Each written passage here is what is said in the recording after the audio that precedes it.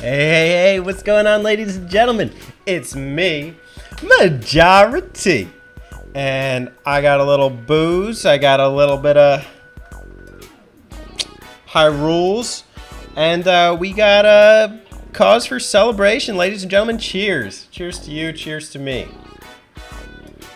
Give you a Hylian toast. Dink. Oh, I forgot the mics here. Dink. All right, why are we cheersing? Big news for me. Big moves. Big everything. Biggie Smalls. So I got my writing featured in a gaming magazine. I'll let that sink in for a sec. Holy smokes! What? I wrote something and it got put in a video game magazine? Okay, I'm hyping this up probably a little more than it honestly deserves, but I'm still super stoked. I got featured in a letter to the editor for Nintendo Force on Skyward Sword HD, and I'll go into detail in a bit. But let me just show you my name, my YouTube handle here in the letters to the editor. Can you see that? Can you see that? Majora. Actually, well, not pointing to this guy. This is not me. But this is me. Ha ha ha, super stoked. Anyways, a little history about my history with video game magazines and also Nintendo Force. And just kind of why I am in this magazine in the first place. I love print gaming media. I've subscribed to gaming magazines from way back, maybe half a lifetime ago when I was in grade school. I would get the Game Informers every month and I would just scour through them. I would head straight to the reviews. I would read what people were saying about certain games. I would look at the scores. I would analyze them. I would look at the titles and see the clever, funny names that they were given to these things. I remember getting excited about games I've never even owned, but it was just so cool to me. Like Xbox games like Ninja Gaiden, Conker's Bad Fur Day Reloaded. Yeah, I loved print gaming magazines. They were just my jam. That was my thing. And then, I kind of cut myself off from gaming for a decent portion of my life. But I found myself rekindled, as far as interest goes in video games, etc.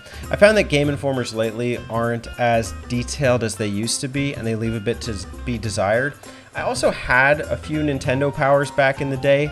To be honest, I think I preferred the Game Informers just because they covered a larger breadth of video games and gaming news.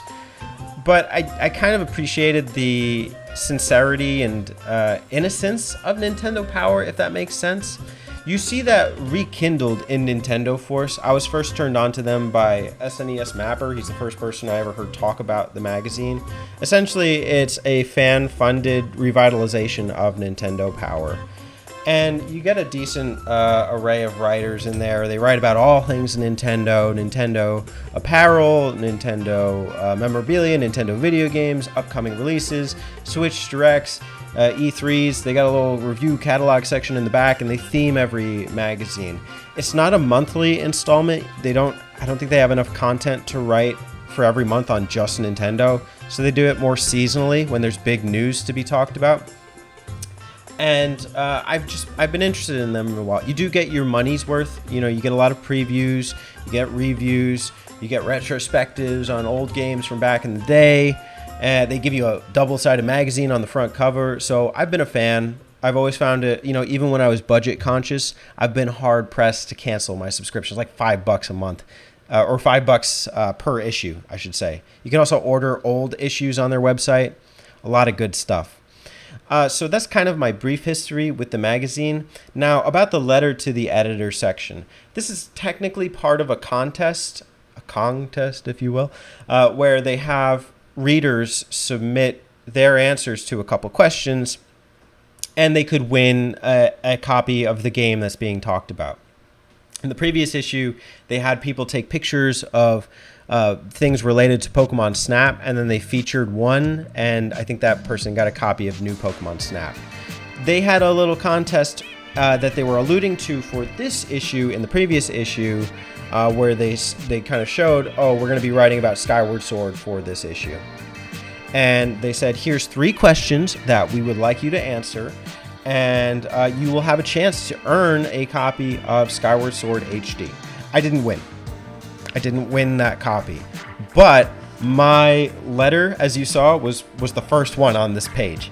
And I found that super exciting. So I'm going to read you the questions, read you what I wrote, and then talk to you a little bit about what that means to me and for me. So their question is as follows. Players poll response time. We asked you all to share your experience of playing Skyward Sword in the past, your high point and your low. We then inquired about your opinion on games using motion controls. And finally, once more, put you in a pitching position to come up with your most creative idea for a Skyward spin-off or side mode. An array of answers awaits your eyes, as always. So, pretty exciting. I've had history with Skyward Sword. I felt like I had a decent bit to say, and I was, the second I saw that it was a contest entry, I just pulled out my phone, I wrote a bit, I looked it over, and then I sent it to them, and here it is in all of its unadulterated glory. I played Skyward Sword on my Wii Mini back around 2016. My high point was duking it out with Girahim in a cutthroat 1v1, where he mirrored my attacks.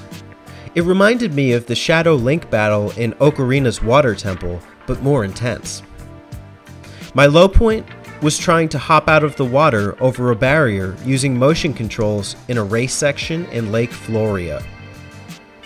That was a miserable 15 to 30 minutes that I won't mind re-experiencing with standard controls. Skyward Sword handled okay with Wii Motion Plus. Some things like the swordplay handled motion controls intuitively and in an engaging, thoughtful manner. Other elements, like piloting the bird, left a more conventional approach to be desired. Overall, Skyward Sword wasn't the heinous motion control offender some may have made it out to be, but it also didn't perfect the control scheme in the same ways that rail shooters and light gun games did on the Wii. A Skyward Sword extra game mode? This one is easy. Skyward Sword: The Groose Chase. Groose easily rivals other silly icons from the series like Tingle and Camaro for best comic relief. Could you imagine what it would be like to lead Groose and his pack of goons throughout the main narrative arcs of Skyward Sword? Maybe not, but I hope someone at Nintendo can and did. Oh, how's that for writing on games? Oh, that is so powerful to me to have my writing about Zelda featured in a magazine about Zelda. Terry likes to joke and calls me the Zelda guy. I do love that series. And to see that my writing was appreciated in some kind of formal magazine is just an honor. I'm honestly humble about the fact that I was considered to even be in the magazine. The victory and the winnings is not important to me. I won just by being acknowledged and having my work respected. I know typically you think of me as like a video content creator, and I am, but I actually started my first reviews on this channel in a scripted format. It's something I've returned to here and there. I've done whole narrative analyses where I read off the script. And so, it's powerful for me in the aspect of having my love of Zelda respected and appreciated. But it also teaches me that I do have a way with words that can be communicated through text. And I think the meaning of it to me is that really the world is at my disposal. I could take this and do anything with it as far as my love of games and writing on games and making videos about games. And, I'm interested in toying with the different aspects of the craft. I tend to like a more discursive style. on YouTube, talking more in front of the camera and going off script, but I can understand the value of having a script as well.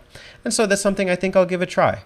I'll give a try to essays on games, shall we say. But thank you for indulging me in this little, victory for myself. It really is a meaningful step in my life. Thanks. Let me know what you think. And if you've ever submitted anything to a magazine publication before. Also, if you're considering getting Nintendo Force, they are a radical publication. I love them. They're great. So they got a hands down thumbs up from me, especially for publishing my writing. Thanks, guys. Cheers. And I'll see you with more content to come.